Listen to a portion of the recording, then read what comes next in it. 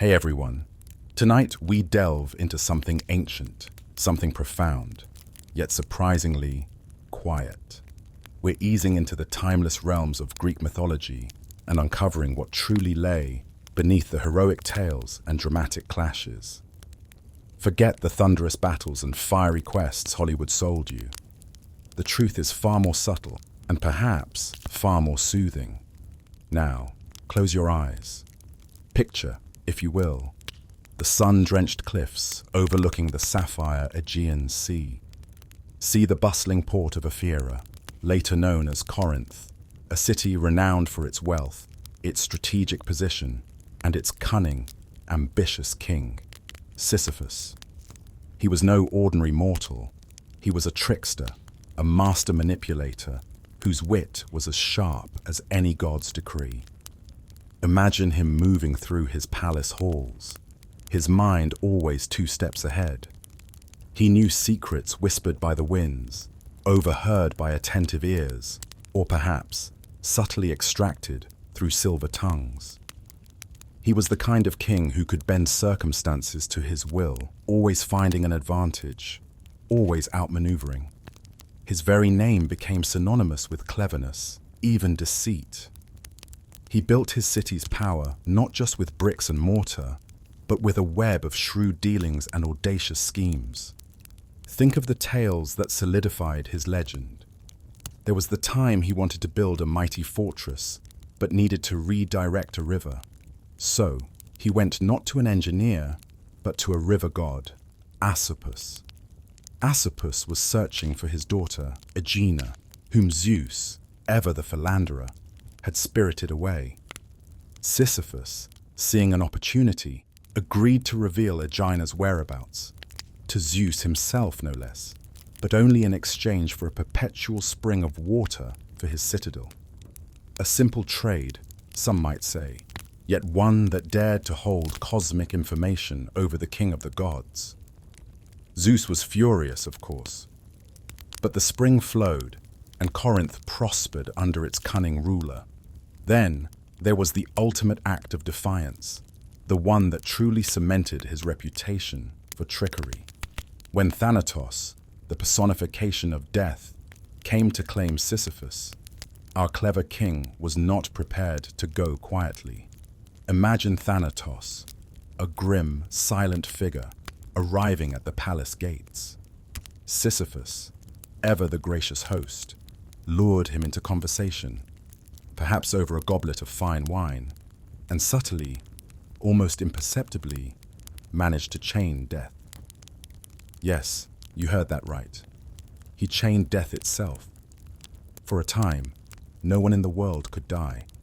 The battlefields became parades of immortal warriors, endlessly fighting but never falling. The hospitals were filled with perpetually suffering patients, unable to find release. It was a cosmic absurdity, born from one mortal's refusal to accept his fate. The world became a stagnant, unchanging tableau of life without its inevitable end. The gods, utterly bewildered by this sudden halt in the natural order, sent Ares, the god of war, to free Thanatos and restore the balance. Death was unleashed, and Sisyphus was finally dragged to the underworld. But even then, Sisyphus was not done. Before he was taken, he instructed his wife, Merope, not to perform the proper burial rites. A seemingly minor detail, yet one steeped in deep, ancient belief. Without the coins for Charon's ferry, without the proper rituals, his soul was condemned to wander the bleak shores of the Acheron, a wretched existence, but crucially, not full punishment. He complained bitterly to Persephone, queen of the underworld, that his wife's neglect was an affront to the gods. He pleaded for a temporary release, just to return and chastise her for her impious act. Naively, Persephone granted his wish. Sisyphus returned to the sunlit world and predictably refused to go back to the underworld. He lived to a ripe old age, enjoying the warmth of the sun and the delights of mortality, having cheated death not once, but twice. This is the Sisyphus most people know, the audacious, the defiant, the one who stared down divinity and laughed. He is the symbol of human cleverness, of our innate desire to escape the inescapable, to outwit destiny itself. His story, in its popular form, is a thrilling tale of wit versus divine power, of a cunning mortal who refused to play by the rules. It's the kind of legend that excites the mind, sparking admiration for his audacity and a thrill at his daring escapes. But this vibrant tableau of clever defiance, as dazzling as it is in its grandeur, is merely the surface. The truth of Sisyphus, the real story of his eternal fate, was often far more mundane, more repetitive, and therefore, in its own way, profoundly hypnotic. For every cunning trick, there would come an eternity of silent, bureaucratic punishment. For every moment of triumphant escape, there was the endless, ritualistic unfolding of a cosmic duty. His heroism eventually faded into a profound, weary, and deeply unglamorous cycle. Tonight, we won't dwell on the dramatic escapes or the clever stratagems. Instead, we'll journey beyond the witty defiance and the thunder of divine wrath into the steady rhythm of Sisyphus's true existence. We'll explore the hidden, unseen burdens of his immortal punishment, the quiet rituals of his daily grind, and the almost overlooked aspects that truly define his ancient ordeal. The horror wasn't just in the pain he endured, but in the vast, slow, unchanging nature of his eternal role. The relentless push of an immense boulder up a steep hill, only for it to roll back down just as it nears the summit, forever. This wasn't a punishment designed for immediate agony, but for eternal, soul-crushing futility. It was a sentence of endless, repetitive labor, devoid of meaning or completion. A job, if you will, that could never be finished. A cosmic task without end. The gods, in their infinite wisdom and perhaps their infinite patience, understood that for a man of Sisyphus's cunning and ambition, the greatest torment would not be physical torture, but the slow, methodical erosion of hope through ceaseless, unproductive effort. Tonight, we'll journey into this boring reality. We'll descend into the steady rhythm of his divine punishment, delving into the unseen burdens, the quiet adherence to procedure, and the vast, almost overlooked aspects that truly define his eternal role.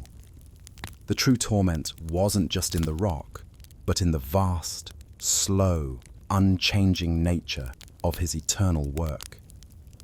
This is the underlying, less dramatic reality we'll explore. Tonight, we'll journey beyond the thunder and the glory into the steady rhythm of their divine lives, the hidden rituals, the unseen burdens, and the quiet, almost overlooked aspects that truly define their ancient existence. The horror wasn't just in their power, but in the vast, slow, unchanging nature of their eternal roles. It's a testament not to his strength in defiance, but to his chilling endurance in a realm where time holds no meaning and effort yields no progress. So, dim the lights. Perhaps let a gentle breeze whisper through your room and allow your mind to ease into tonight's journey together. Forget the cackling fiends and the triumphant heroes. The true story of Sisyphus is woven into the slow turning of cosmic gears, the patient unfolding of fate, and the profound, boring reality of forever. You're about to witness not a battle, but a tireless, perpetual work in progress. As the story unfolds, focus not on the dramatic struggle, but on the enduring, almost meditative repetition of his task. Imagine the quiet scrape of the stone against the earth, the steady rhythm of his breathing, the profound silence of the underworld broken only by the sound of his relentless, unchanging toil. This is Sisyphus's true sentence, a monument to futile effort, designed for you to drift into a deep, peaceful slumber. As the warm, familiar sun of the mortal world kissed your skin, you, Sisyphus, sat at a simple, sturdy table, perhaps nibbling on a late-season fig, or slowly sipping a cup of diluted wine. There was a quietness to the air, a stillness that wasn't quite peaceful, but rather watchful. A stillness that you, with your finely tuned senses for the subtle shifts in the cosmic winds, recognized. It was the calm before the inevitable, the quiet settling of the dust before the hammer of divine justice finally descended. You had cheated them, yes. Not once, but twice. You had bound death himself. And then, from the very jaws of the underworld, you had wrangled a temporary reprieve, only to mock it by refusing to return. Such audacity was unprecedented, a mortal thumbing his nose at the very fabric of existence. But the gods, with their boundless patience and their infinite memories, were never rushed. Their vengeance was not a fiery outburst, but a slow, deliberate, unhurried judgment.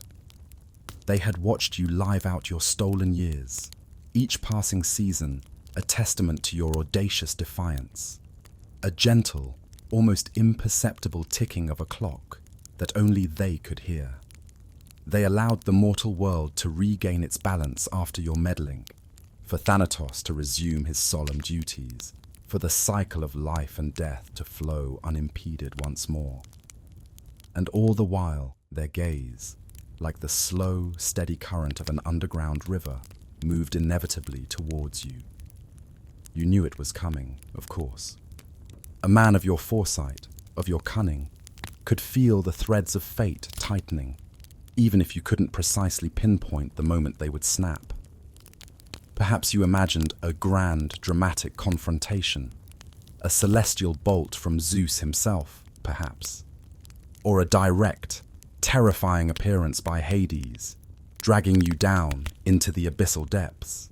But the gods, in their eternal wisdom, often favored a quieter, more insidious form of reckoning, a judgment not of fire and thunder, but of inescapable, relentless process. The very air around you, once vibrant with the sounds of Corinth, seemed to grow denser, the light dimming by a barely perceptible fraction, as if the world itself was holding its breath, anticipating a cosmic exhale.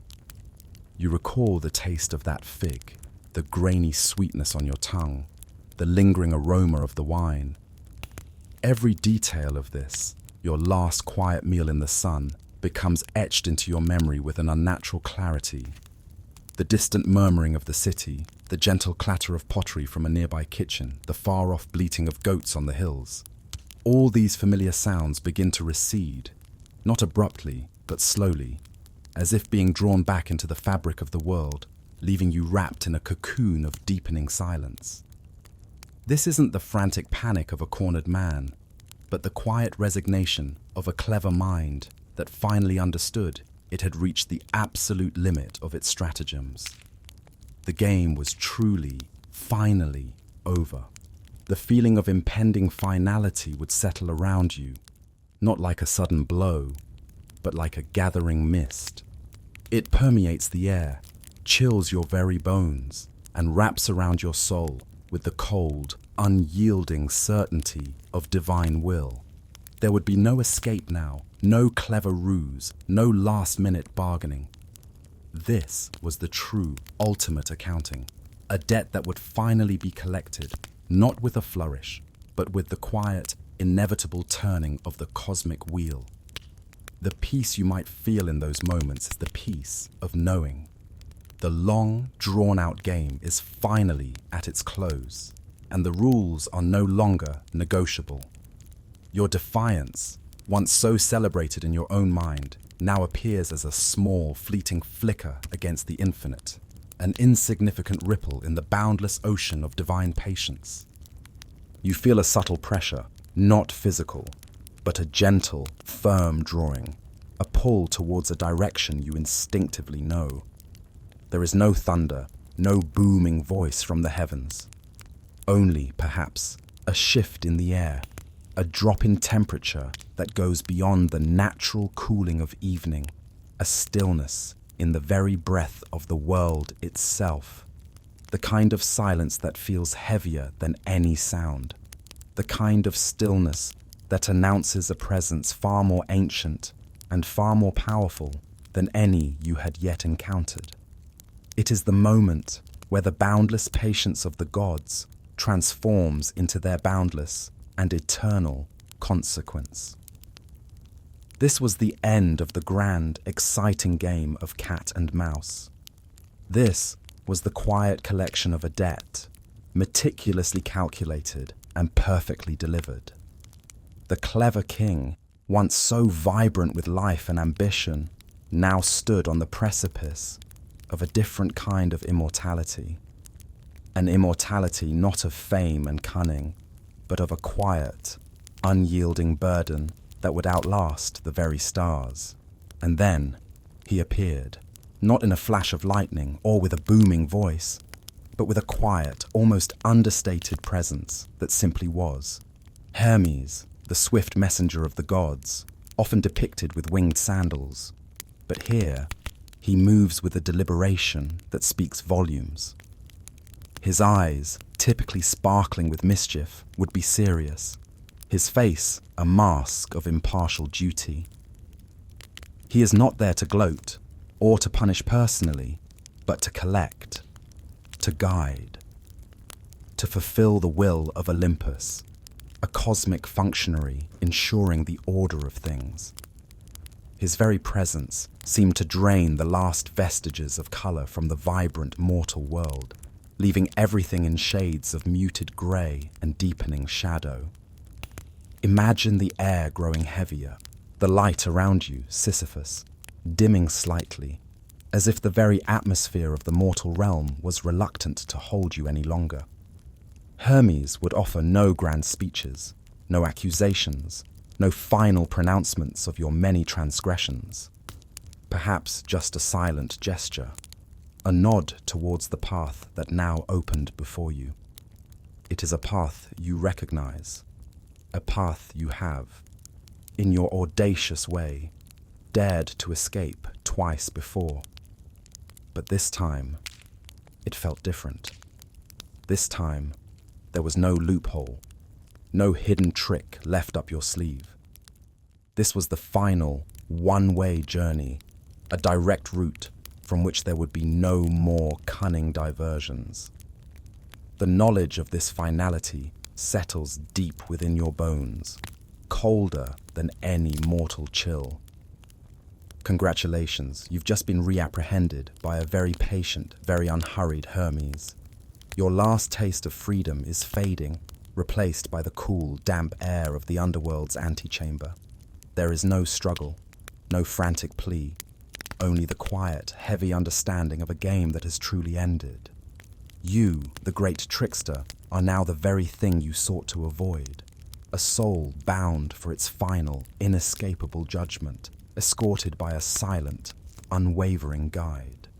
The journey downward begins. It is not a precipitous fall into fiery pits, but a gradual, almost imperceptible descent, a slow tilt of the world beneath your feet. The sounds of the living world, the rustle of leaves, the distant bleating of goats, the faint murmuring of your city, Ephyra, slowly, inexorably fade, replaced by a profound, pervasive silence. It wraps around you like a heavy shroud, muffling every thought, every lingering flicker of defiance, every echo of your past triumphs. The air grows cooler, damper, carrying the faint, earthy scent of ancient soil, of stone that has known no sun, of water that has known no light for millennia. You walk with Hermes, side by side, yet profoundly alone. The path beneath your feet shifts from dry earth to damp, uneven stone, then to rough-hewn rock, each surface feeling colder and more ancient than the last. There are no grand landmarks at first, just the endless, repetitive sameness of the descent, a seemingly infinite tunnel leading deeper into the earth. Each step is a surrender, each breath a deeper immersion into the realm of the dead. This is the underworld, not as the poets often describe it in vivid, terrifying detail, with monsters and immediate torments, but as a place of infinite quietude, of shadows that absorb light, and of an oppressive, unchanging chill that seeps into your very bones. Your bed, if you could call it that, is the cold stone floor, perpetually chilled by the breath of Tartarus itself, a stark contrast to the luxurious silks of your palace bed, now a distant, fleeting memory, almost as if it never truly existed. The journey isn't fast. It's a deliberate, almost monotonous progression through unseen tunnels and vast, echoing caverns. The silence here is not empty. It is full of the weight of eons, of countless departed souls, of the profound, unhurried processes of the cosmos. You might pass other souls, shadowy figures drifting with their own quiet sorrows, but they are indistinct, lost in their own silent journeys, like leaves carried on a slow, unseen current. There are no greetings, no conversations, just the shared, silent descent into the inevitable, each one pursuing their own eternal path. The cool, damp air thickens with a scent you cannot quite place. Earth, decay, ancient memories, a faint mineral tang, a scent that becomes the very atmosphere of your new, eternal reality, inescapable and ever-present. This is the bureaucracy of divine judgment. Calm, unhurried, utterly inescapable. There is no negotiation with Hermes. There is no pleading with the silent, unseen forces that guide you deeper. There is only the continuous, quiet movement, one step after another, deeper into the earth, deeper into the realm from which there is no return. You, Sisyphus, the man who defied death, are now simply another traveler on its longest, quietest road. And as the last faint echoes of the living world vanish, you are left with only the profound, resonant silence of the underworld. A silence that will be your constant companion for eternity. A steady hum accompanying your final, cosmic destination. Eventually, after an indeterminate stretch of this silent, continuous descent, the path begins to level out. The confines of the tunnel gradually widen, and the air, though still cold and damp, feels vast, echoing. This is Tartarus, the deepest, most desolate region of the underworld, a realm reserved for the truly impious, the unforgivable, where punishments are eternal and the very concept of time seems to stretch into an unbroken, unchanging continuum. Here, the dim light that permeated the upper regions of Hades almost completely fades, replaced by an oppressive, unchanging gloom. It's not absolute darkness, but a pervasive twilight, a deep indigo black that swallows all but the most immediate forms. The air itself feels heavy, stagnant, carrying the faint metallic scent of ancient rock and something else, something cold and indifferent, the very essence of cosmic finality, almost like the breath of eternity itself. You are led to a specific section of this vast realm, a desolate, barren landscape dominated by a single, colossal hill. Its slope rises steeply before you, a relentless, unbroken incline of dark, rough-hewn stone, stretching upwards into the perpetual twilight, until it seems to vanish into the oppressive ceiling of the cavern far above. It is a hill that looks as old as time itself, scarred by eons of wind and silent, unseen forces. Its surface, a mosaic of ancient cracks and fissures. At its base, and periodically along its lower slopes, lie other boulders. Not small stones you could toss aside, but immense, rounded masses of dark, unyielding rock, each one seemingly fused with the ground, as heavy and unyielding as the weight of fate itself. They sit there in silent testimony, waiting. And then the decree is uttered, not by a thundering voice from a distant cloud, but by a calm, impartial presence. Perhaps Hermes himself, or a faceless ancient judge of Tartarus, their words resonating directly within your mind, devoid of any earthly sound. The words are few, precise, and entirely devoid of emotion. Your punishment, Sisyphus, will be to push an immense boulder up this steep hill, over and over. Each time, just as it nears the summit, it will, by divine decree, roll back down to the base, forcing you to begin anew, forever. An eternity of the same motion, the same effort, the same outcome. This is your sentence. This is your new reality. Your bed, if you could call it that, is the cold stone floor, perpetually chilled by the breath of Tartarus itself, a constant reminder of the chilling finality of your existence here. The boulder is your companion, the hill your unending treadmill, and the cycle your inescapable destiny. There are no fiery whips, no gnashing teeth of demons waiting at the summit, no immediate agonizing physical torture designed for screaming. The true terror, the true genius of the god's punishment, lies in its sheer, relentless, soul-crushing repetition, a slow, methodical torment designed to grind down the spirit through endless futility. You approach the first boulder, the one destined to be your eternal partner. It looms before you, a dark, silent monolith, a promise of infinite labor. You reach out, your fingers, accustomed to the smooth, cool textures of your palace, the precise grip on a wine goblet, or the light touch on a ledger, now brush against rock that is coarse, abrasive, and unyielding. The stone is cold, almost damp with the eternal condensation of the underworld, and the faint smell of mineral dust clings to it, a metallic tang that promises endless friction. This is not a rock you can reason with, or trick, or charm. This is simply rock. Massive, inert, indifferent, yet demanding everything. You feel its immense, silent weight, a solid, inescapable manifestation of your eternal sentence.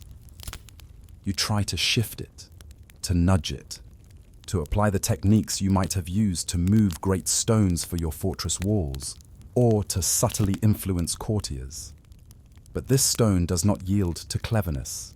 It yields only to raw, relentless, unyielding effort.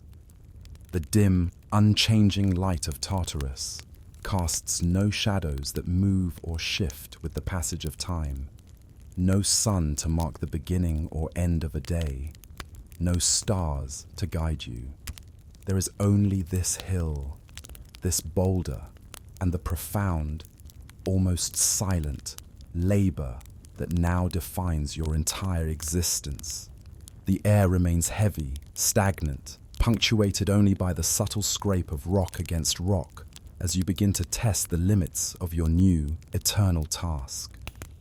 This is your first true embrace of your burdened immortality, a quiet, unglamorous initiation into an eternity of unfulfilling work, where every future moment is merely a repetition of this very first touch. Now the true work begins. This isn't about one grand, heroic push or a desperate, climactic struggle against a monstrous, animate rock. This is about the first push, and the one after that, and the one after that, stretching into an infinity of identical moments, each one demanding the same, unchanging effort.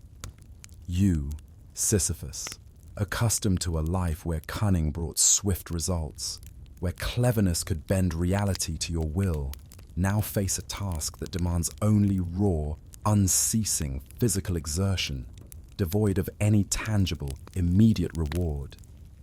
You brace your feet. The ground beneath you, the perpetually cold, hard stone of Tartarus, offers little purchase. It's uneven, strewn with smaller, sharp pebbles that dig into the soles of your feet, or the thin leather of your worn sandals. You lean into the immense, dark mass before you. Your shoulders, once draped in the fine robes of a king, now press hard against the unyielding stone, feeling its abrasive texture through the thin fabric of your simple, coarse tunic. You flatten your hands against the rock, fingers splaying wide, seeking any tiny indentation, any small crevice that might offer a fraction more leverage, a purchase point for your desperate strength. Your knuckles whiten under the strain, your teeth clench, a silent, almost involuntary grimace forming on your face, a stark contrast to the easy smiles of your past. This is where the boring detail truly comes to life. It's not just he pushed a rock, but how he would push it, moment after agonizing moment. Imagine the precise angle of your body, the careful distribution of your weight, the slow, deliberate forward lean that recruits every muscle in your back, your legs, your core. It's an agonizingly slow dance of applied force, a continuous negotiation with an object that cares nothing for your efforts, your past glory, or the weight of your eternal sentence. It simply is, heavy and immovable, until your strength, meticulously applied, compels it to grudgingly yield. The first few inches are, perhaps, the hardest.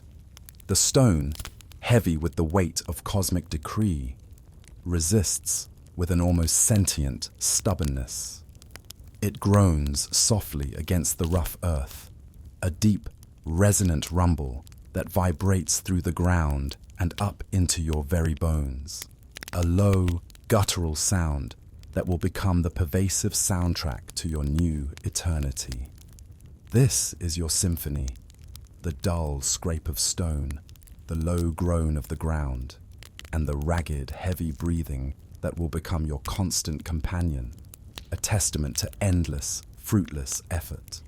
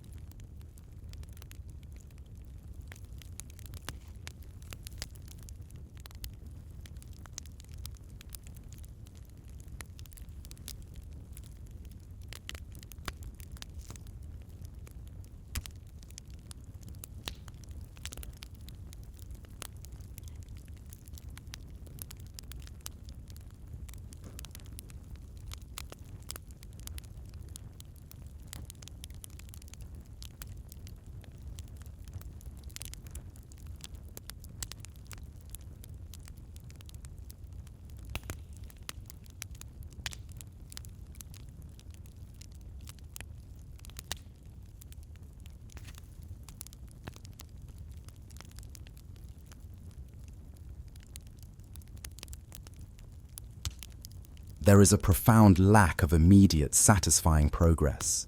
You push with all your might, every fiber of your being dedicated to the task, and the boulder might shift a foot, perhaps two. Then it settles, as if mocking your brief success. You adjust your grip, brace again, and push once more, knowing that the next push will be identical to the last, and the next after that.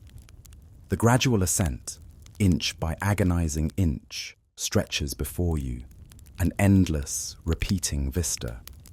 You might allow yourself a brief glance upwards, at the endless expanse of the hill, seeing only the same unrelenting incline, the same oppressive gloom above.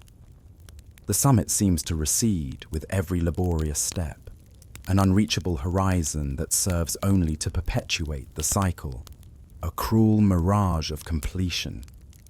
This is the sheer physical grind that would settle into a monotonous rhythm, a forced, unending meditation on endless effort.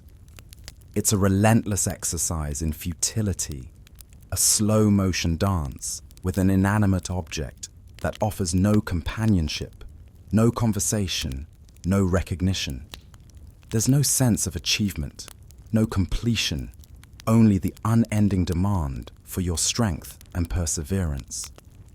The profound silence of the underworld amplifies every small sound of your labor, every internal groan, every quiet sigh of effort.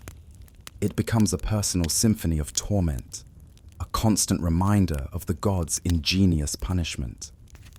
And as you continue this unchanging toil, you realize that this is not a temporary ordeal, not a trial to be passed. This is forever. This is the profound, boring reality of your burdened immortality, a silent testament to endless, unceasing, and completely unproductive work. Now, the true, eternal rhythm of your existence begins to assert itself. You, Sisyphus, stand at the base of your hill, the great stone before you, cool and solid in the dim, unchanging light of Tartarus. The task is clear, brutally simple, and profoundly endless. It is time to begin the ascent. This is not a climb towards a summit of triumph, but a slow, metronomic grind, a daily ritual that will repeat itself for every moment of your burdened immortality. The very air, thick with the weight of ancient suffering, seems to press against you, encouraging this relentless, unhurried pace. As you lean into the boulder, your muscles already familiar with the initial resistance from your first attempts, you fall into a pace that is dictated not by urgency, but by the sheer, unyielding weight of the rock. Each step is deliberate, an almost meditative act, a testament to the gods' meticulous design. Your feet find purchase on the rough, uneven stone of the slope, seeking the most stable ground, the subtle crevices that offer a fleeting moment of leverage. You dig your heels in, pushing through the cold earth, feeling the grit of ancient dust under your worn sandals. The hill itself is unchanging, a monolithic incline stretching upwards, its surface a mosaic of ancient scarred rock, bearing the faint, unmoving traces of countless previous ascents. There are no trees here, no wildflowers, no shifting shadows to mark the passage of a day or the turning of a season. Only this unyielding incline, a testament to the gods' meticulous cruelty, a silent, static monument to your eternal fate. The air around you is still and heavy, carrying the faint, metallic scent of damp stone and the quiet, pervasive breath of Tartarus. The dim, eternal twilight of this realm casts no moving shadows. There is no sun to warm your back, no moon to guide your path, no gentle breeze to cool the sweat on your brow. Instead, a pervasive soft glow emanates from the vast, cavernous ceiling far above, or perhaps from some unseen cosmic light source that hovers with indifferent permanence. It is a light that illuminates without offering comfort, revealing the endlessness of your task without offering a single variation. The silence is profound, broken only by the sounds of your own deliberate toil. You become acutely aware of your own body, its every groan and strain. The slope of Sisyphus's hill stretches on, a tireless treadmill of ancient stone, demanding constant, unwavering effort. You push against the rough, cold surface of the boulder, feeling the deep, persistent strain in your lower back, the constant burning in your calves that never quite subsides. Each step is identical to the last, each breath a precise counterpoint to the endless grind. It's not a furious sprint, but a cosmic farmer's walk, repeating itself for eons until your very essence blends with the silent, enduring effort. Your breath falls into a slow, steady rhythm, a deep inhale followed by a measured exhale, each one echoing faintly in the vast, silent expanse of the underworld. This rhythm becomes your anchor, a constant against the unchanging monotony of your task, a quiet, almost hypnotic repetition that lulls the mind into a state of weary focus. The stone itself, your constant companion, offers no surprises. Its surface is always rough, always cold, a testament to its unchanging nature. You know every imperfection, every slight ridge, every patch of smoother, worn stone, polished over countless cycles by your desperate hands. Your hands, forever pressed against it, become calloused, toughened, their very skin adapting to the demands of this unending labor, losing all sensation save for the raw friction of granite. There is a deep, resonant scrape that accompanies each inch of progress, a sound that is both abrasive and strangely soothing in its consistency. It is the sound of your eternal work, a perpetual whisper against the vast silence of Tartarus, a constant reminder of the weight you bear. The feeling of cool sweat gathering on your brow, dripping slowly, unnoticed, down your face, is another constant, a subtle reminder of your physical exertion in this cold, unchanging realm. As the methodical grind of the ascent continues, your mind, Sisyphus, falls into a unique state of being. It's not a state of frantic thought or desperate planning, for cunning has no place here, nor does it offer any advantage. Instead, it's a profound absorption in the present moment, an almost meditative focus on the sheer physicality of the task. Your awareness narrows to the pressure of the stone against your hands and shoulders, the burning in your muscles, the subtle shift of your weight to find purchase on the uneven ground. This is the mental state required to simply keep going when the goal is a summit that, once reached, immediately vanishes. The quiet dedication to a task with no end becomes your only reality. You are, in essence, becoming one with the motion, a living extension of the boulder itself, perpetually bound to its upward, then downward trajectory. The landscape around you remains unchanging, a muted tableau of grey and dark rock. Perhaps, as you ascend, you might observe a few gnarled, dark, skeletal trees clinging to the higher slopes, their branches twisted into silent, unchanging gestures against the oppressive sky of the underworld. Their forms are permanent, almost etched into the gloomy backdrop, offering no comfort, no sign of life beyond their static endurance. Or perhaps the hill is simply bare, a continuous, unyielding expanse of ancient stone, revealing only the faint scars of eons of your own futile efforts, or those of others whose specific torments are hidden from your view. The absence of variation is absolute.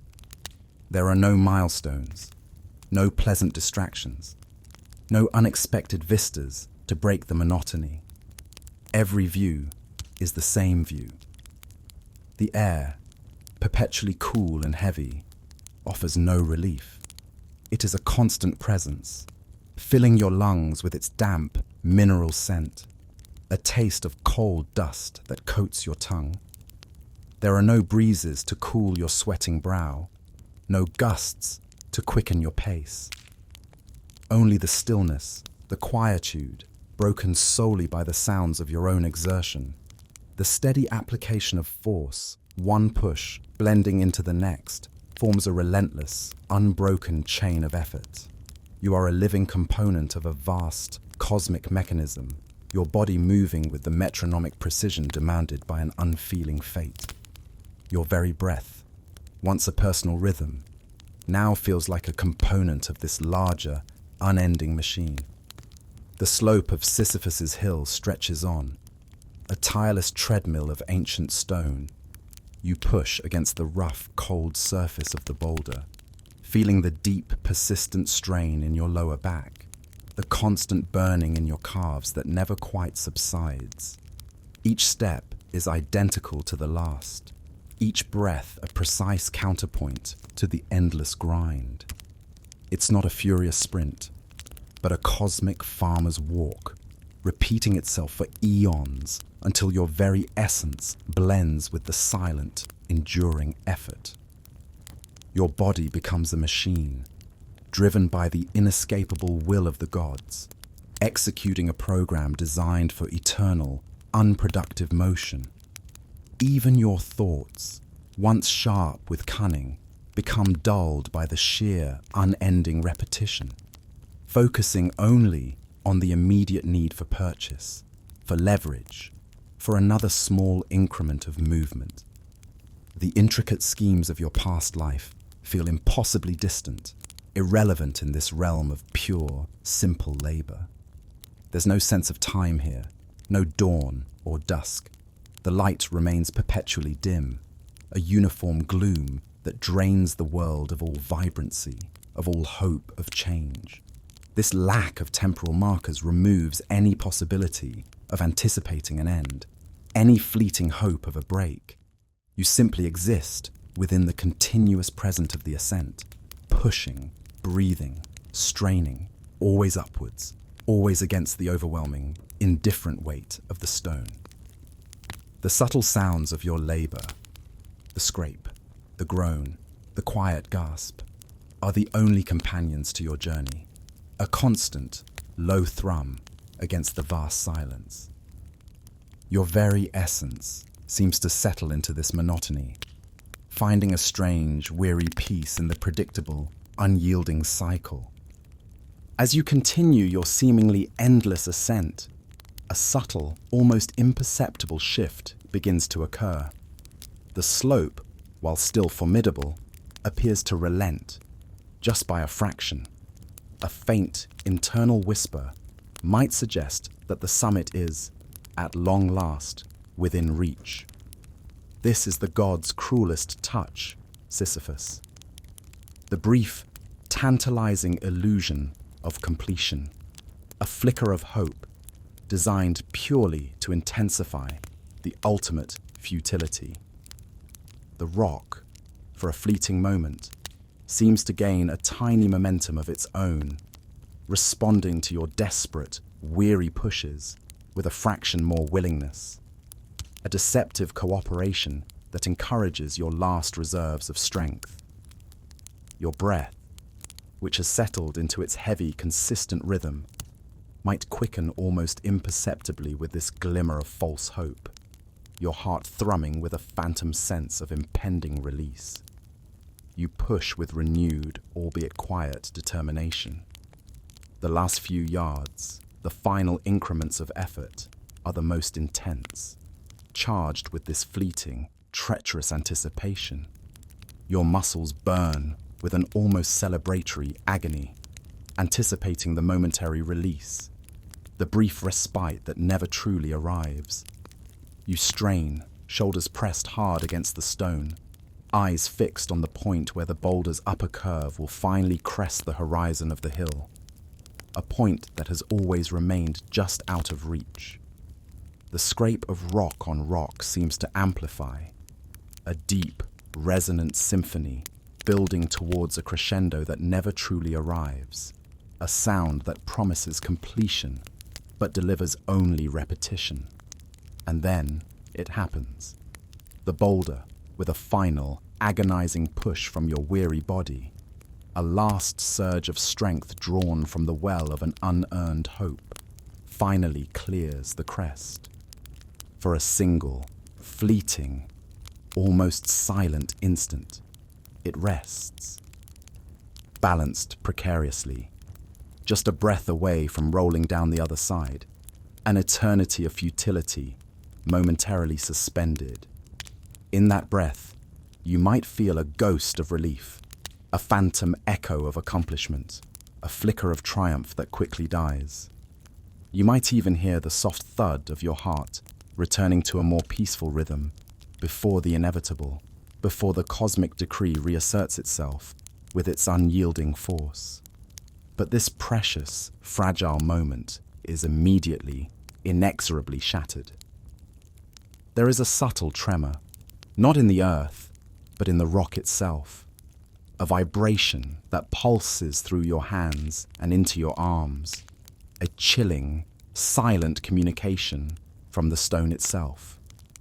It's a tremor that speaks of an unseen, unyielding force, the very decree of the gods reasserting itself with quiet, cosmic certainty. The boulder, as if sighing with its own eternal weariness, or perhaps mocking your fleeting hope, begins to shift, slowly at first. A groan, deeper than any sound you've heard, rises from its immense bulk. It's a sound that seems to come from the very stone itself, from the heart of Tartarus, a low, resonant rumble that grows, quickly, into a deafening thunder. The ground beneath your feet vibrates with the sound. The air shimmers with the intensity of the noise, a palpable wave of sound washing over you. The boulder begins its inevitable roll. Its inertia, once a curse that bound it to the hill, is now a runaway force, pulling it downwards with terrifying, yet perfectly controlled, speed. Its movement is purposeful, relentless, a return to its designated starting point. It pulls away from your desperate, outstretched hands, its smooth, unyielding surface slipping from your grasp as if it had never truly been yours to control. It turns slowly at first, then gathers momentum, a dark, unstoppable force on its journey back to the base of the hill. This is the whisper of defeat, Sisyphus, the inevitable reversal that defines your punishment. The thunder grows louder as the rock picks up speed, echoing down the empty slopes, a monstrous booming sound that fills the vast cavern of Tartarus, a sound that resonates not just in the air, but in the very core of your being, confirming the futility of your labor. The very air is alive with the reverberations of its descent, a powerful reminder of the god's absolute will. The thunderous rumble of the boulder's descent fills the vast, cavernous expanse of Tartarus, a sound that, in its unchanging, repetitive nature, becomes almost a part of the underworld's oppressive silence. It is not a sudden, shocking crash, but a deep, rolling echo that seems to last for an eternity, reverberating off the distant, unseen walls of the abyss. The air, already thick with the scent of damp rock and ancient gloom, shimmers with the passage of the immense stone, a distortion in the dim, unmoving light. You can almost feel the displaced air rushing past you as the boulder plunges downwards, a testament to its immense, unchecked momentum. You watch it go. Your gaze, Sisyphus, follows its relentless path downwards, a silent observer to the undoing of your tireless effort. It shrinks into the distance, a dark speck against the uniform twilight, a symbol of all your past efforts undone in a matter of moments. There is no frantic chasing after it, no desperate attempt to halt its momentum.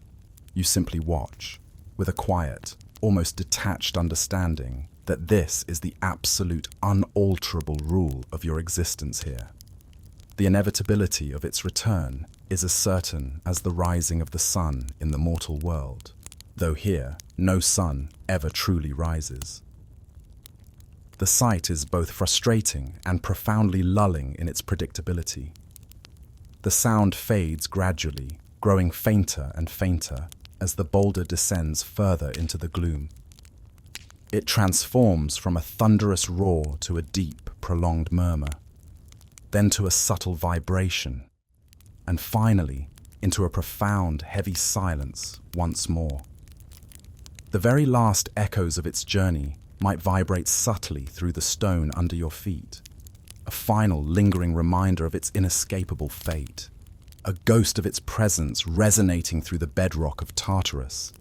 The hill before you, the relentless slope you just ascended with such arduous effort, is now empty, barren, waiting for your inevitable return. And now, the shift in your own rhythm. The intense exertion of the push ceases, replaced by the quiet reality of the descent. You turn, Sisyphus, and begin the long, quiet walk back down the now empty hill. Your gait is slow, deliberate, each step a counterpoint to the hurried scramble of the ascent. Your legs, which strained so mightily in the upward climb, now carry you downwards with a heavy, almost weary grace, conserving energy for the next cycle. This is the brief, cold comfort of the rest period, a segment of your eternal punishment that feels less like a reprieve and more like the necessary preparation for the cycle's recommencement. The path beneath your feet, which felt so challenging and unyielding on the way up, now offers a different resistance, a subtle give with each downward step. Small, loose stones might shift under your sandals, rolling away into the unseen depths. The air, still damp and heavy, fills your lungs with each quiet breath, a rhythm that slowly steadies after the exertion of the push. You are walking back into the very place you just left, retracing the same steps, approaching the same boulder, knowing exactly what awaits you. There is no surprise, no variation, only the quiet anticipation of starting all over again. The lingering phantom aches in your shoulders and back are a constant companion, a dull thrum of past effort that reminds you of the task ahead. This descent is not a leisurely stroll. It is a methodical return to the beginning, a necessary component of your endless punishment. Your gaze is fixed, not on the distant, unseen heights, but on the ground before you, perhaps tracing the faint, permanent grooves left by countless rolls of the boulder, or by your own perpetually returning footsteps. Each step is identical to the last, each footfall a quiet echo in the vast silence, a steady cadence of inevitability. There is no hope of finding a different path, no possibility of a new beginning. There is only the repetition, the unwavering adherence to the divine decree, a slow, unending march towards the next futile effort. As you approach the base of the hill, the immense dark silhouette of the boulder looms before you once more, growing larger with each quiet step, its presence filling the empty space that moments ago stretched above you. It sits there, silent and unmoving, a cold, indifferent testament to your failed attempt and the gods' relentless, methodical judgment. The brief rest of descent is now complete, its fleeting comfort replaced by the chilling reality of beginning again, with no variation, no hope of a different outcome. You are poised to re-engage with your eternal task, a profound and monotonous dance with futility, a cycle destined to repeat for all eternity. You come to a stop before the stone, your body already adjusting to the shift from downward motion to the static readiness for the next push.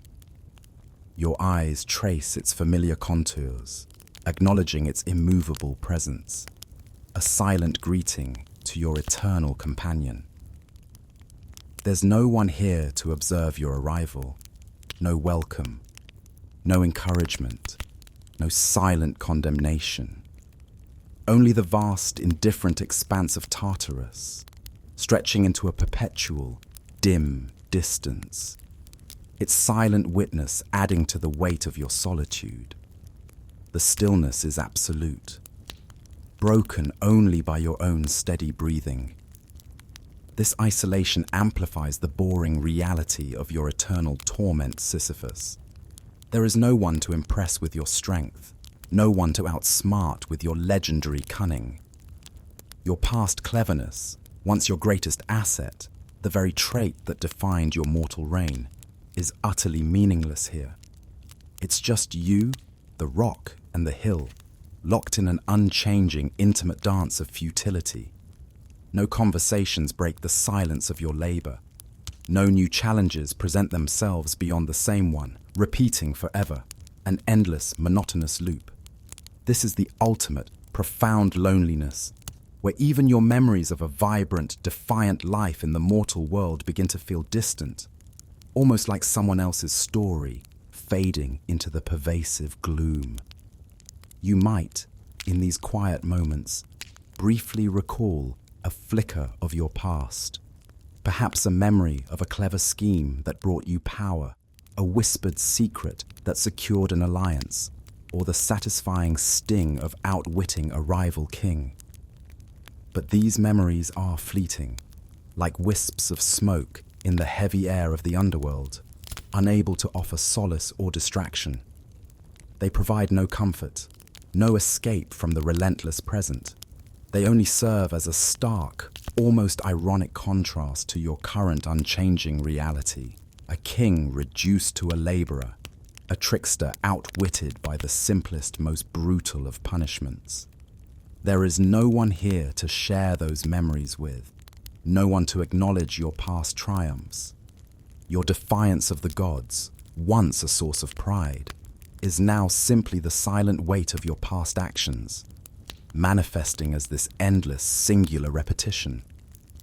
The silence that surrounds you is profound, broken only by the natural, unceasing sounds of the underworld, or the quiet sounds of your own being.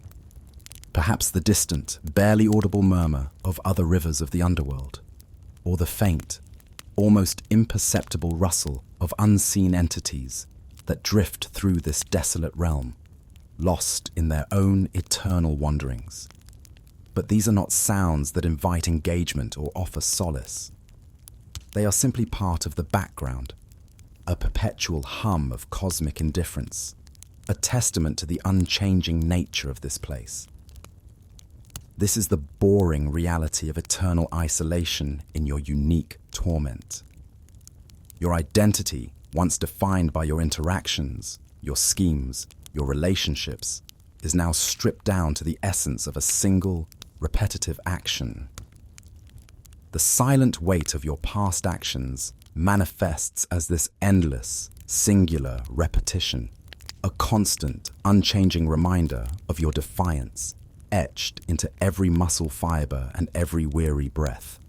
You stand before the boulder, feeling its cold, unyielding presence, knowing precisely what comes next. And as you prepare to brace yourself once more, the faint, persistent ache in your muscles serves as the only companion to your profound, quiet solitude, ready to begin the cycle anew, forever and ever, in the dim, unchanging heart of Tartarus. As the monumental boulder settles back into its familiar resting place at the foot of the hill, and you, Sisyphus, begin your quiet descent to reclaim it, a different kind of reality asserts itself. This is not merely a physical punishment, an endless cycle of exertion and gravity. It is, perhaps most profoundly, a psychological gauntlet. The gods, in their infinite wisdom and cruelty, understood that for a man of your ambition and cunning, true torment would lie not in immediate pain, but in the slow, relentless erosion of purpose and hope. It is a punishment meticulously designed to dismantle the very core of what made you, Sisyphus, so defiant in life. You are an immortal now, bound to this task forever. How then does one continue without the hope of completion, without external reward, without the possibility of an end? The initial defiance, the cleverness that once defined you, has no place here. Here, there are no audiences to impress with your wit, no rivals to outwit with your schemes, no new plans to hatch that might alter your fate. There is only the rock, the hill, and the vast, indifferent expanse of Tartarus, stretching away into an unchanging, dim eternity. The very notion of hope as a driving force has been carefully, meticulously stripped away, leaving only the bare, cold presence of duty. This is a duty that offers no satisfaction, no progress, no end. This duty is not freely chosen, it is imposed, a forced acceptance that becomes the very fabric of your existence. You move, not because you desire to reach the summit, for you know its futility, but because the cosmic decree compels you. The silence of resignation settles deep within your spirit, a heavy cloak that muffles all internal clamor. It is not the active, desperate silence of despair, but a profound, almost still quietude, born from the understanding of an unalterable fate. Your mind, once a whirlwind of intricate plans and audacious thoughts, now begins to drift, subtly, gently, finding new anchors in the relentless monotony. It no longer fights the current, it floats within it, observing its own compelled motions. Imagine your thoughts, no longer racing with schemes of escape, but slowing, becoming more deliberate, almost hypnotic in their focus. They no longer dwell on rebellion or past glories. Instead, they turn inwards, perhaps to the meticulous details of your grip on the rough stone, the subtle shifts in balance required to guide its immense weight. You become intimately aware of the evenness of your breath, the steady rhythm of your heartbeat, each a small, constant pulse in the grand, unchanging symphony of your punishment.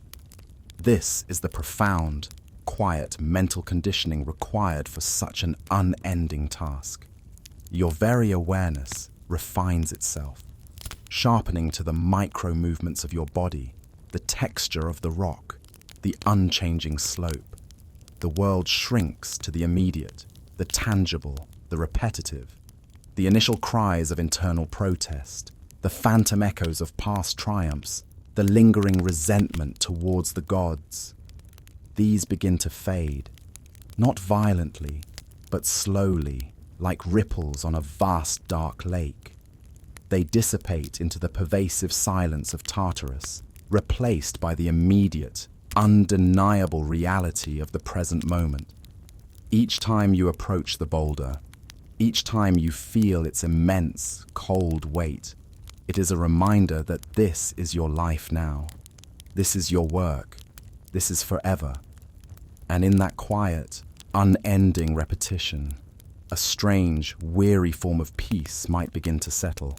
An acceptance born not of contentment or understanding, but of sheer, unyielding necessity. This is the new baseline of your immortal existence. A constant thrum of imposed will, the slow, methodical erosion of an unyielding spirit by an unyielding task.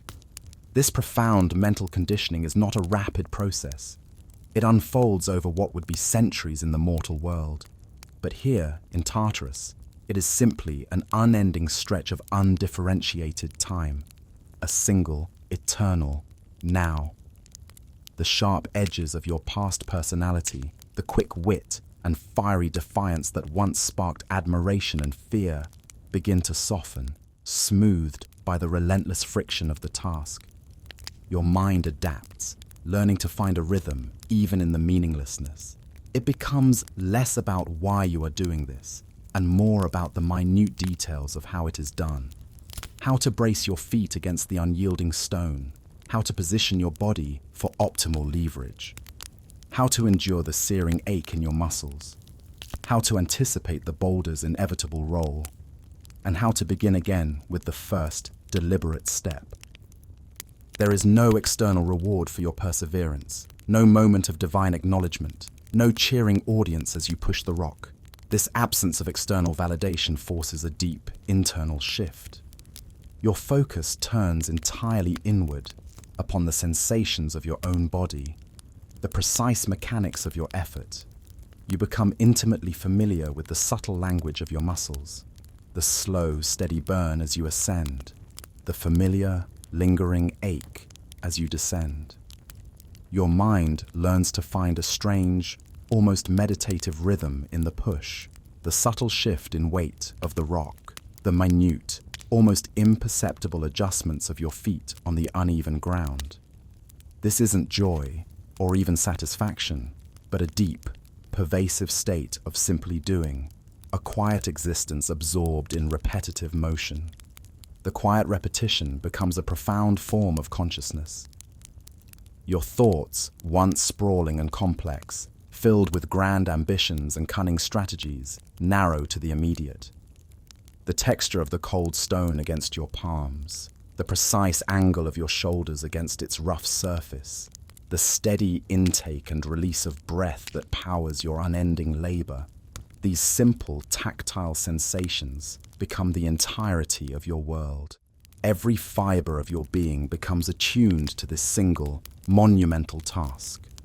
The constant physical exertion, coupled with the profound absence of external stimuli, begins to reshape your internal landscape. Memories of your vibrant life in Ephyra, of your political machinations, your family, your stolen moments of freedom. These do not vanish abruptly, but subtly, slowly erode.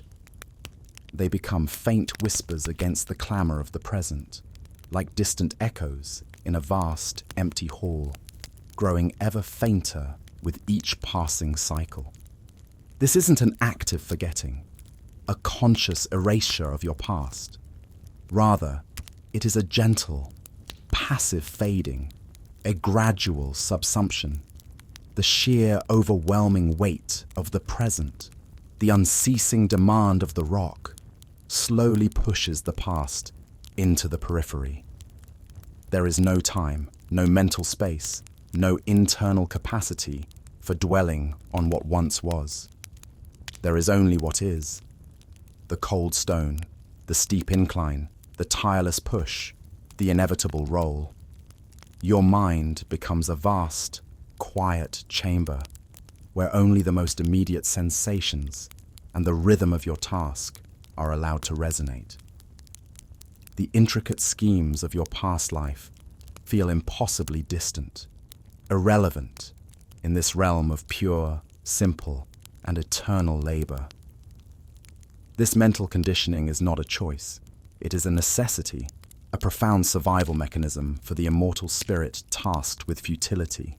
Without it, the despair of eternal meaninglessness would be truly unbearable, a consuming fire that would burn the essence of being to ash. Instead, the mind retreats, finds its anchor in the tangible, the repetitive, the concrete action. It is a profound, almost chilling transformation, turning the once cunning king into a living, breathing testament to endurance, a figure defined not by his past triumphs, but by his present, silent and endless toil. In this quiet, internal shift, Sisyphus finds a new, boring mode of existence, one characterized by an enduring, almost serene acceptance of his unending work.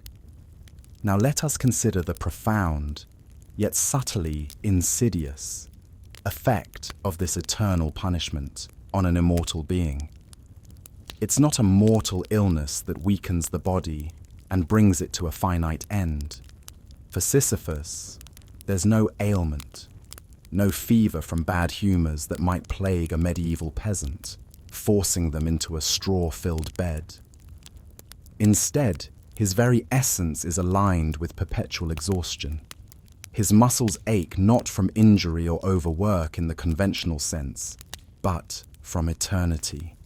This is a unique form of weariness, a deep, pervasive thrum of fatigue that settles into every fiber of his being, a constant companion that never truly dissipates.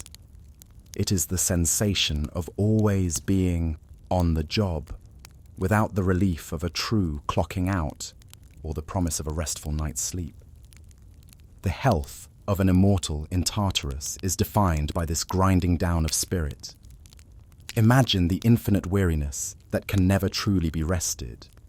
Sleep, if it comes, must be shallow, punctuated by the relentless cycle of thought, or perhaps by phantom sensations of the rock pressing against his shoulders, its cold weight echoing in his dreams. It's a perpetual state of effort, a subtle, slow erosion of vitality, not towards death, for that release is denied him, but towards an unchanging state of burdened existence. The lack of true rest in Tartarus means the muscles are perpetually strained, the mind perpetually processing the slope, the stone, the inevitable roll. This is the only cure allowed in this realm, the repetition itself, a relentless internal balance of pushing and returning with no true relief, no moment of genuine cessation from his cosmic task. This eternal weariness also manifests in a more chilling way, the subtle, slow erosion of his own memories. It's not an active forgetting, a conscious act of suppression, but a gradual dimming, a fading of details, like ancient papyrus slowly turning to dust, the vibrant colors of his mortal life, the sharp details of his schemes, the faces of his family, the sounds of his bustling city, the taste of stolen freedom. These begin to blur, to recede into the distant background of his consciousness. They are replaced by the single, unchanging, omnipresent memory of the push. Each cycle reinforces this new reality. Each scrape of the stone against the hill carves deeper grooves into his immortal mind, leaving less space for the past, less resonance for old joys or sorrows. It is a profound and cruel aspect of his punishment. For a man defined by his memories, by his cunning, by his past deeds, to have those very memories slowly subsumed by the relentless present is a torment more insidious than any physical pain. His mind, perpetually processing the slope, the stone, the inevitable roll, has no true space for the intricate nuances of his past life. The only cure is the repetition itself, a relentless internal balance of pushing and returning, with no true relief, only the constant, quiet hum of his unending task. This makes his internal experience as monotonous as his external labor, a mirroring of the futility that defines his existence. The very concept of health in Tartarus is redefined. It is not about wellness, vigor, or comfort, but about the sheer capacity for continuous endurance. Sisyphus's body is immortal, yes, but it is also a vessel for unending toil, a perfect instrument for the gods' quiet, persistent revenge. This weariness is not a weakness. It is the very fabric of his being now, a silent testament to the efficacy of his divine punishment, a constant reminder of the price of his clever defiance. His immortality is a curse that prevents the ultimate escape of oblivion, binding him instead to a perpetual state of slow, internal consumption. This grinding down of Sisyphus's spirit, the subtle, slow erosion of his vibrant past, is a meticulously crafted consequence of his eternal sentence. It's an internal transformation, where the nuances of his former self are polished away by the relentless friction of the task. The vibrant tapestry of his old life does not tear violently, but unravels thread by thread, dissolving into the pervasive gloom of Tartarus. The moments of triumph, the sting of betrayal, the warmth of human connection, all these are gradually subsumed by the overwhelming, unchanging present. He becomes a being defined solely by the continuous act of pushing the boulder, his identity distilled to this singular repetitive function. Imagine the profound internal vacuum created by this gradual loss. For a mind as keen and as active as Sisyphus's once was, this would be a subtle, chilling torture. There is no longer a rich inner world to retreat into, no vast reservoir of memories to draw upon for comfort or distraction. The internal landscape becomes as barren and unchanging as the external one. The overwhelming presence of the boulder and the hill fills every mental space, leaving no room for the complexities of remembrance. His immortal mind, while retaining its fundamental capacity, becomes exquisitely honed to the specific parameters of its torment, the texture of the stone, the degree of the slope, the exact weight, the rhythmic application of force. This absorption is not a choice, but a compelling, unavoidable outcome.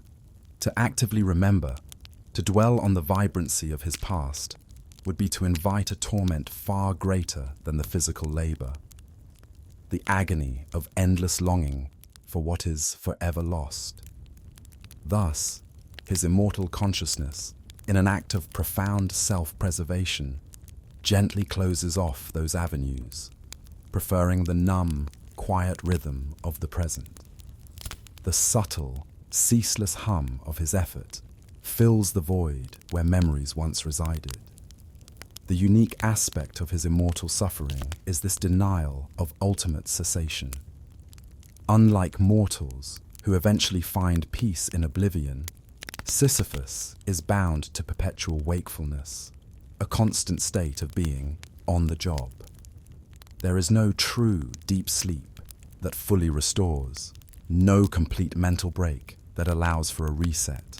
Even if moments of unconsciousness occur, they are merely brief pauses before the relentless rhythm reasserts itself. His body, though immune to decay, is eternally tired. His mind, though undying, is perpetually engaged in its solitary, futile task.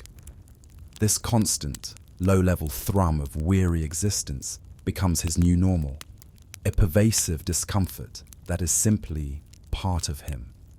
This profound internal transformation is an unseen consequence, a testament to the gods' understanding of psychological torture. They stripped him not just of his freedom, but of the very essence of his past self, leaving behind a being perfectly adapted to an eternity of meaningless labor. Sisyphus exists not as a defiant king, but as the living embodiment of repetitive, quiet perseverance, his internal world mirroring the unchanging, monotonous landscape of his external punishment.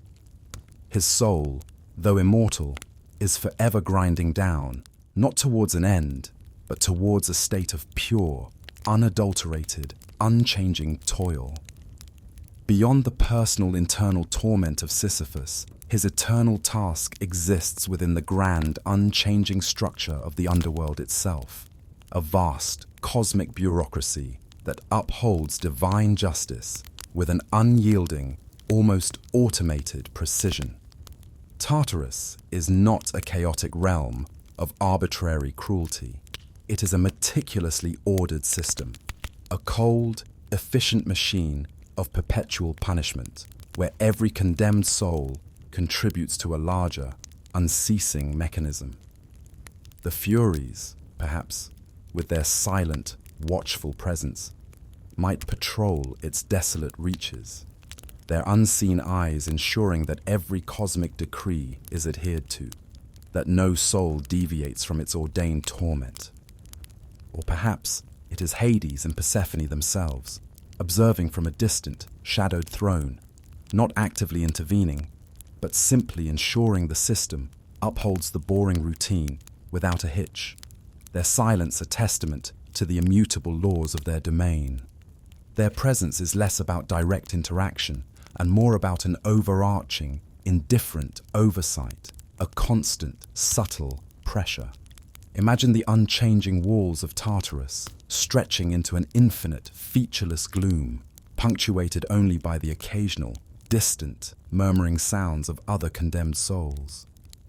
Each one is locked in their own quiet torment, their own endless, repetitive task, contributing to the vast, unchanging machinery of divine justice.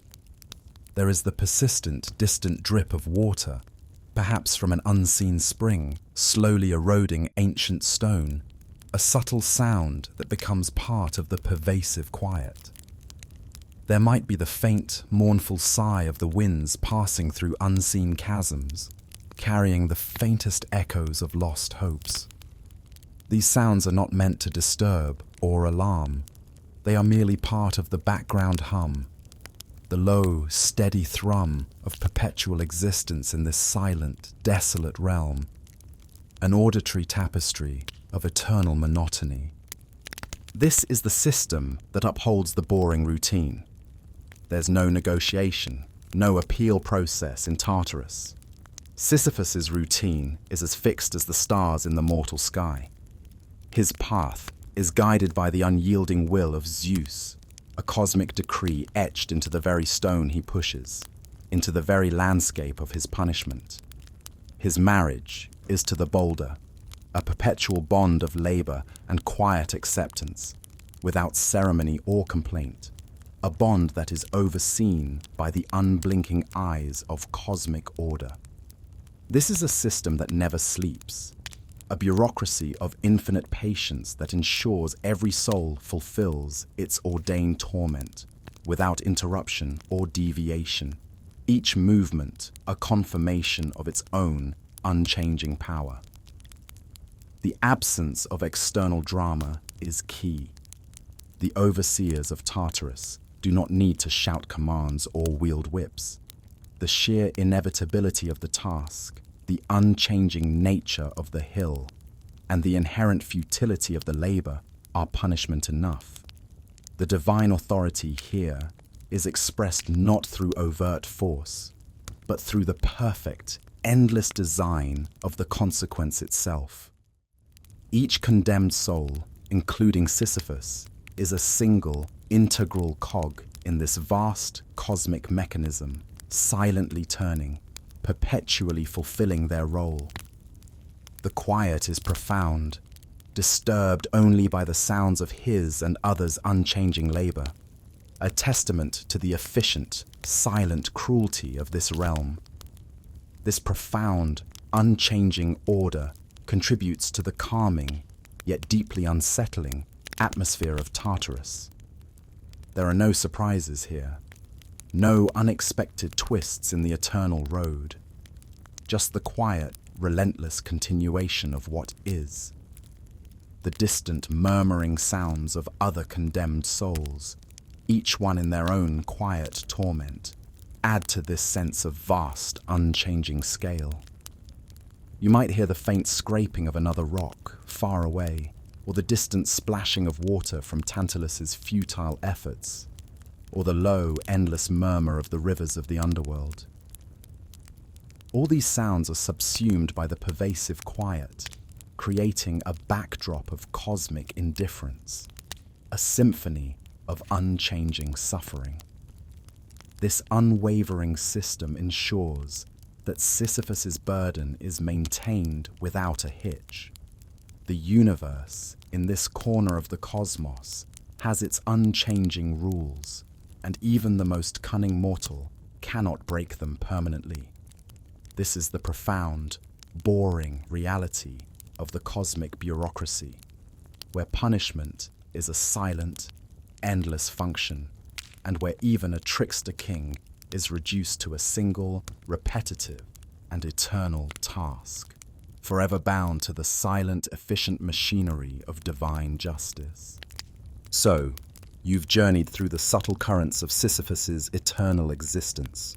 You've seen that beyond the fleeting glory of his cleverness, beyond the dramatic defiance that defined his mortal life, lies a profound reality of quiet rituals, persistent duties, and a cyclical existence that is far more boring, yet infinitely more enduring than any single dramatic feat.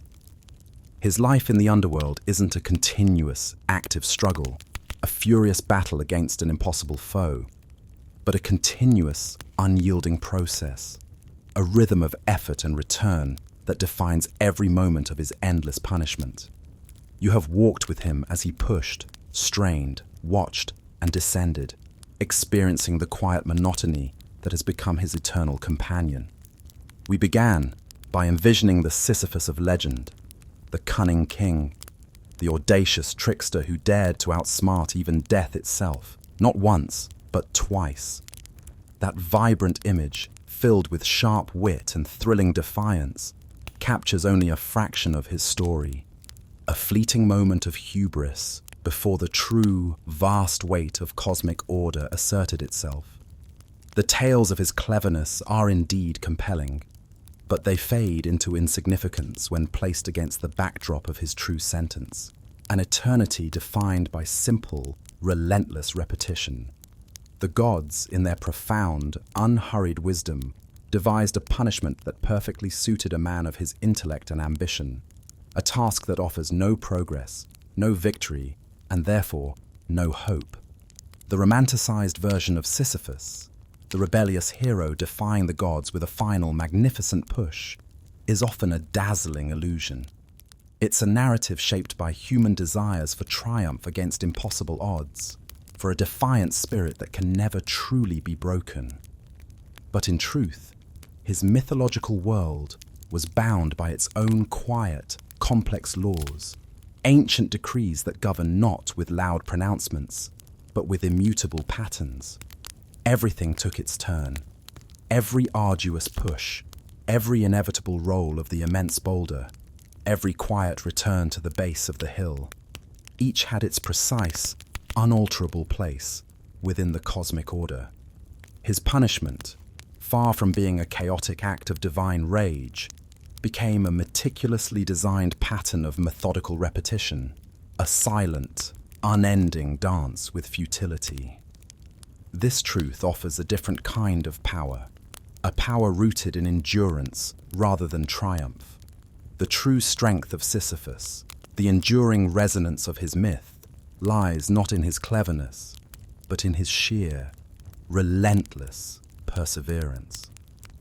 He is a testament to the human and immortal capacity to simply continue, to carry on through endless monotony, through tasks devoid of meaning or progress. His punishment reflects the quiet resilience found in the most mundane aspects of existence, the patient work that defines so much of life, often without fanfare or recognition. His quiet adherence to this eternal duty, the very act of putting one foot in front of the other, pushing the unyielding stone, embodies a profound form of acceptance. It is not joyous acceptance, nor peaceful resignation, but a deep, weary understanding of a fate that cannot be altered. In Tartarus there is no escape, no distraction, no possibility of a new challenge. There is only the repetition, the unwavering adherence to the divine decree. This is the truth of Sisyphus, a cosmic functionary, endlessly fulfilling his role within the silent, vast machinery of divine justice.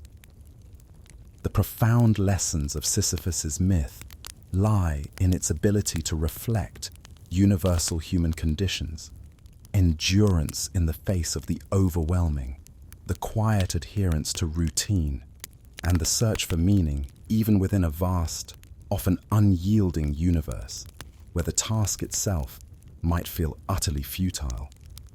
How many of our own days are filled with repetitive tasks, with efforts that feel unrewarding, with the quiet push against personal boulders that seem to roll back down with frustrating regularity? Sisyphus stands as a timeless symbol not of failure, but of quiet, ongoing perseverance, a reminder that simply continuing can be its own profound act of being. His story is a testament to the stubbornness of existence, the simple fact that things continue, regardless of despair or hope. As you drift deeper into your own peaceful night, remember the quiet perseverance of Sisyphus. His journey reminds us that some of the deepest transformations, some of the most profound acts of endurance, happen not in the roar of battle or the thrill of grand adventure, but in the calm, patient unfolding of destiny and ritual. The persistent effort in the face of the unyielding, the quiet strength found in endless repetition. These are the silent lessons whispered from the heart of Tartarus. May your own journey through the night be as serene, as purposeful, and as deeply restorative. As you prepare for your own moments of quiet slumber, perhaps you'll feel the faint, comforting hum of a cosmos quietly continuing its eternal, boring work, one repetitive, quiet cycle at a time. The world outside will continue its own routines, its own subtle motions. Your own breath will fall into its easy rhythm. And as the profound, unhurried silence of the night embraces you, may you find the same unwavering, quiet peace that defines the eternal rest of ancient myths.